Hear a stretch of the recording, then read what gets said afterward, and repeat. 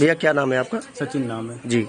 क्या जानकारी आई आपको? सर मैं तो प्रेजेंट में दोपहर में घर पे सो रहा था, जब यहाँ पे भीड़ भाड़ हुई तो मैं दौड़ के आया। मेरे घर में भी थोड़ा शोर शराबा हो कि वहाँ कुछ मैटर हो गया।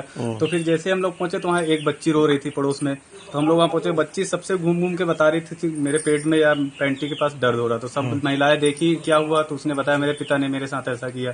तो सब महिलाएं काफी गुस्सा हुई हैं, सब लोग इकट्ठा हुए हैं। तो फिर सबने बोला इसका क्या किया जाए। पहले तो प्रधान जी के पास फोन किया तो उनका फोन लगा नहीं, और उसके बाद फिर सब लोगों ने बोला कि आप 100 नंबर को कॉल कीजिए। फिर हमने 112 पे डायल किया तो 112 की पुलिस पे यहाँ आई, जांच वाच की, लेडीज पुलिस है। बच्ची से जानकारी हुई तो बच्ची ने बयान दिया कि हाँ मेरे पिता ने मेरे साथ ऐसा किया।